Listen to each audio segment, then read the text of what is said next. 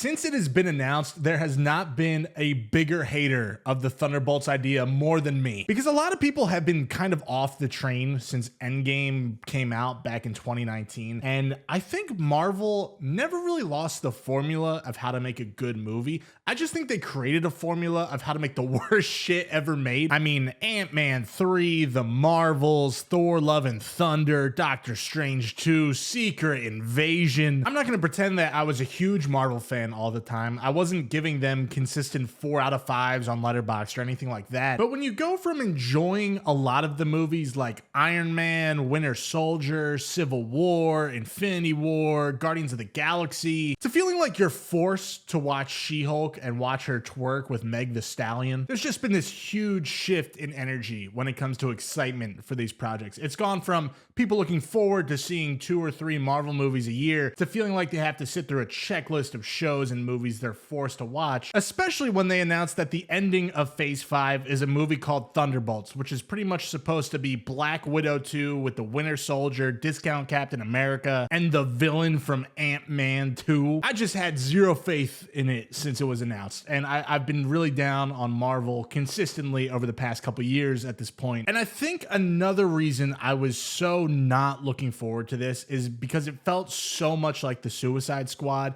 and I know there are distinct differences between this movie and those movies, but the fact that it was being pitched as Marvel's Suicide Squad, and I don't even like the Suicide Squad movie that a lot of people do like, I was just not excited. But as we got closer, a lot of reviews started coming out for this movie, and a lot of them were saying this was the best Marvel movie in a very long time. And that's always good to hear, but if you go to the original reviews for any of these movies, go back to Ant-Man 3 reviews when that came out, people at the premiere were like, wow, Marvel finally has a winner here. So those types of reactions I never really give any credit to whatsoever. But when I showed up to the theater, there were people dressed up in their Marvel t-shirts, and I heard people talking in line like, yo, did you hear this one is actually supposed to be good? Like, people were genuinely looking forward to entering the theater. And look, whether you love Marvel or you think it's the cancer that started killing the film industry, there's no denying that these movies have a lot of pressure to be good. You can be mad all you want that Captain America 4, even though it bombed at the box office, still made more than a movie like Poor Things. But the reality is a majority of the population in the world only watches these kinds of movies. And if Marvel does put out something exciting, it gets people more interested in watching other kinds of movies because they had such a great experience with it. Like, do you know how many people probably checked out Sinners because Ryan Coogler made Black Panther? I would bet my ass it was a lot of people. They are essential for keeping the industry alive. And Marvel fans haven't had anything good to eat in a very long time. But when you get great critic and fan responses from the new Daredevil show and Thunderbolts getting good reviews, it gives people something to hope for. It's like when your team is picking top 3 in the NFL draft or something, and if you're drafting that high, you've probably sat through like 2 or 3 torturous seasons in a row, and now all of your hope is riding on one guy. Sometimes you get Jaden Daniels, sometimes you get Zach Wilson, and sometimes you get Thunderbolts, a movie that I was completely wrong about. And even though I do have some issues with it. Like, I don't think I would put this in my top 5. Maybe it reaches the 10th spot of my top 10 movies within the Marvel Cinematic Universe. I still thought it was pretty damn good. And that's coming from somebody that went into the movie pretty pissed because I didn't realize I booked 3D IMAX tickets for me and my friend. But I still watched it and I had a good time with it. But I think to talk about why I like this movie so much, I am going to have to go into spoilers. I don't think there's anything major in terms of spoilers in terms of this going into the whole Marvel Cinematic Universe. And if anything, I do think the things I talk about will get you more interested in watching the movie if you haven't.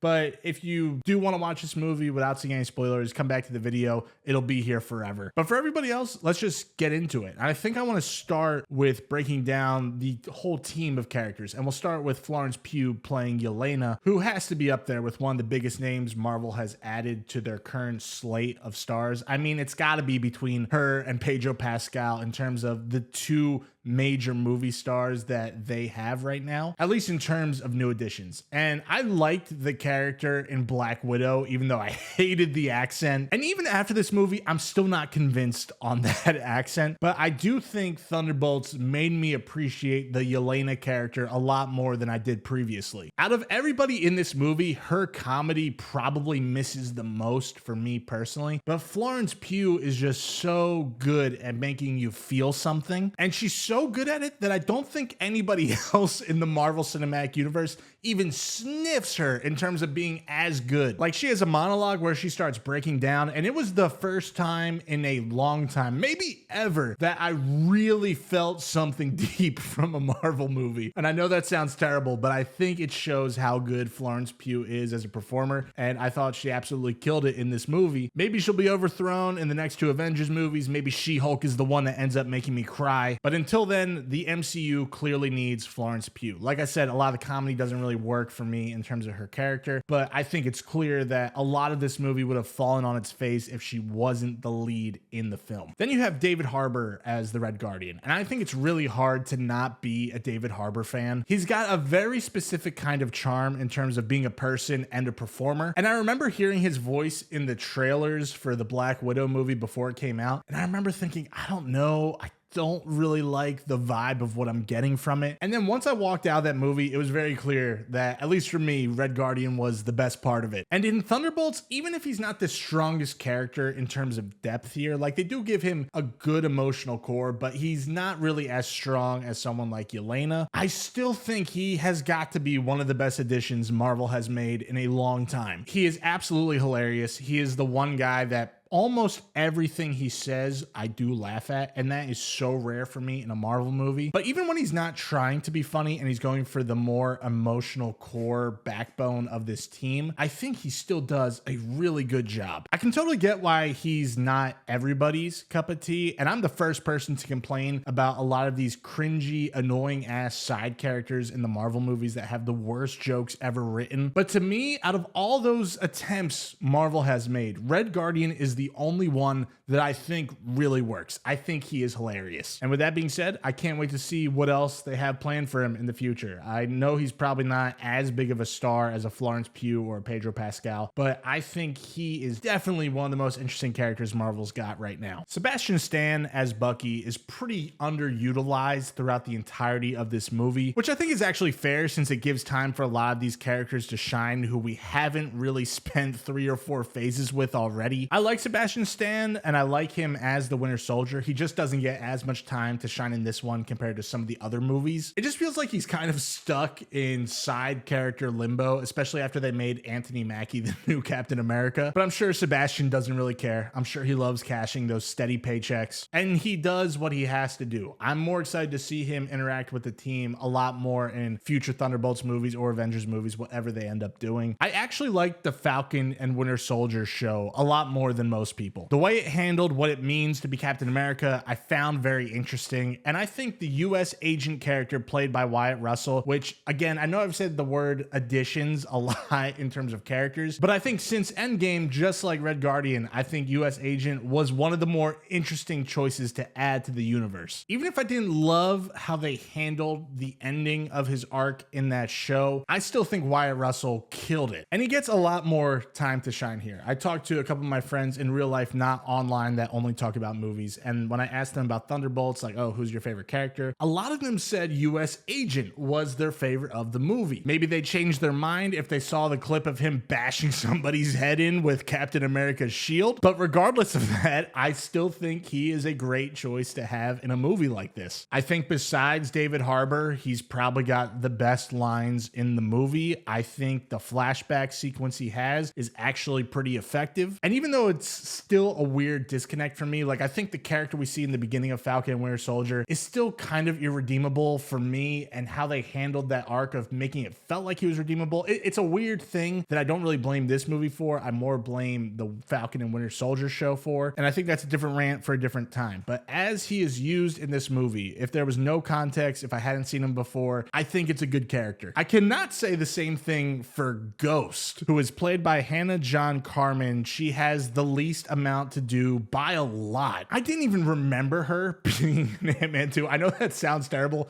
Ant-Man 2 has got to be one of the most forgettable movies I have ever seen. And if this whole movie is about side characters finally getting their time to shine, I don't think you could say that about her. She has jack shit to do. The power is cool, but that's all she offers. She's not really funny. She doesn't have any interesting background. From the research I did online, I guess she did go through her backstory in Ant-Man 2, but I really don't know who remembers that movie. I'm sure diehard Marvel fans do, but I just struggled to really vibe with the character, especially when everyone else in the team is handled great. I guess besides Taskmaster, if you were really excited to see Taskmaster, I couldn't even imagine what you're feeling after watching this movie. For the time Taskmaster is on screen, I thought she was cool. But the big standout for me is Lewis Pullman as Sentry, a character I knew nothing about other than one of my friends that was into comic books. He used to always tell me how powerful this character is. The real soul of the movie comes from both Yelena and him, and I think that's a lot to put on a new character within the universe. And I gotta be honest, I didn't know how good Lewis Pullman's game was. Like, I'm pretty unfamiliar with a lot of his work. I was not ready to know how good he would be in this movie because I feel like it'd just be so easy to overplay this role, to go so out of control with it. But he does it in such a perfect, chilling, quiet way that I would have to say this is the best performance in a Marvel movie in at least 5 years for me. So from a performance perspective, I absolutely approve of the character. And then on top of that, he could whip anybody's ass. But what makes him interesting is they can't really use him a lot of times because the guy is so powerful. If his alter ego comes out, the entirety of the world's going to have to go on Zoloft. And the entire design of his character, whether it be the brighter superhero suit or that dark, shadowy alter ego, whoever came up with that design is a genius. It's something that could have looked so dumb in live action, and it looks so sick. He is easily one of the most exciting characters that Marvel has given us in a very long time. I was very pleasantly surprised with how good he was. Director Jake Schreier absolutely deserves his flowers with this movie too. I know we take for granted how these ensemble movies come out a lot of times because I think we've been lucky that a lot of the ensemble pieces of the Marvel Cinematic Universe tend to be the better movies in the slate. But I don't think a lot of people give credit where credit's due of how hard it is to balance a lot of characters. And this being his first big movie like this, I thought he did a very impressive job. I know he is heavily rumored to be the guy that's going to do the X-Men reboot. And if he is the guy that gets that job, it makes me a lot more excited for that movie. I think he could absolutely crush it. He knows how to do the ensemble thing. He knows how to make you feel something. And I think both of those things are very important for an X-Men movie. And if he gets the gig, I am there day one. I'm going to be there day one regardless,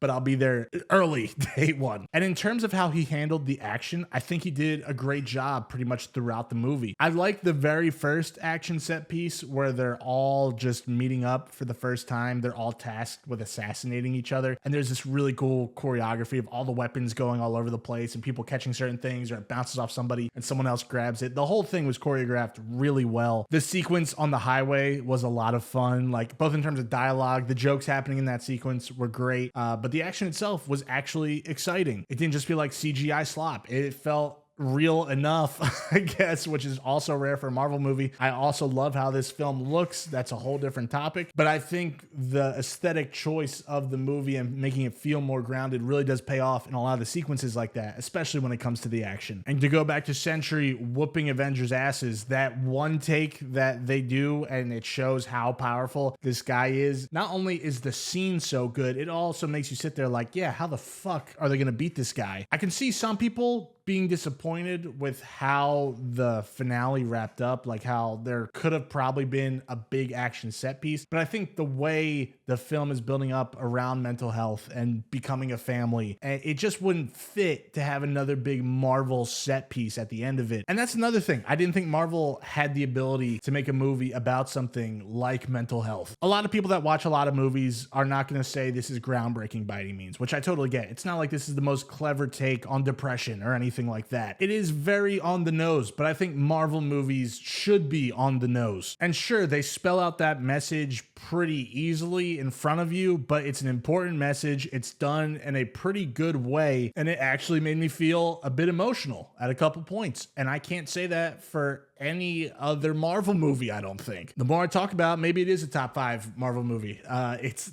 that good at certain points. I also think the new Avengers tag thing at the end, whatever you want to call that, is pretty funny. A lot of people, when the movie ended, were like kind of complaining about it online. A lot of people were like, oh my god, this is not supposed to be the Avengers. This is such a bad version of the Avengers. Even though the whole point of the movie, even in the credits, they're saying like, yeah, this is discount Avengers, this is B-list, like what are we doing? Like, it's a funny take on it. I like how we're getting the corporate commercialized Avengers versus the real heroes. I think that could be interesting. It's like, of course this isn't gonna go well. You have the guy that killed JFK in this universe and Clearance Captain America who bashes people's heads in the streets. So obviously it's not going to go great. And I look forward to seeing that fallout. There's also a couple little moments I really appreciated in the movie, like when they save that little girl and she just collapses into a shadow in front of David Harbour. I thought that sequence was awesome. This is also one of the first MCU movies in a while where I wasn't rolling my eyes at every single joke. I know I talked about how David Harbour and Wyatt Russell were pretty funny, but I have to emphasize again, I sit through so many of these movies where I want to just die because they're so bland and not funny. So to have somebody that has some humor and to get 2 of them in the movie, I think is really effective. Not every single joke lands, especially the Florence Pugh ones, like I said, but in a phase 4 and 5 timeline where almost nothing made me chuckle, I chuckled a couple times in Thunderbolts. I also liked how this wasn't the Suicide Squad again. I know I talked about that earlier, but in my head, I really thought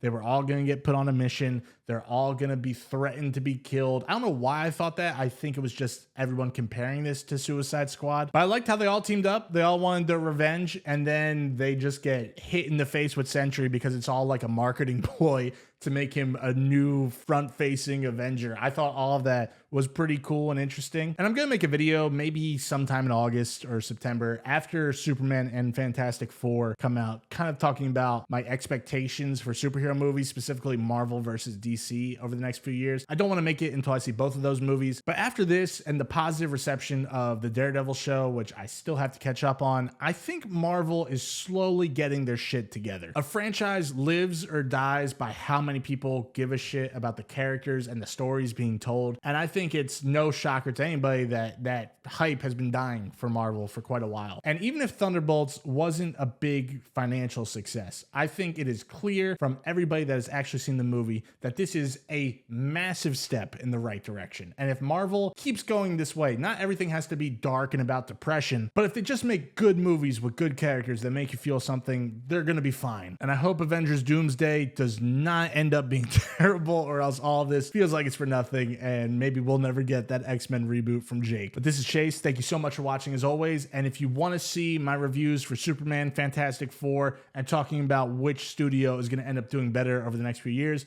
be sure to subscribe so you don't miss those videos.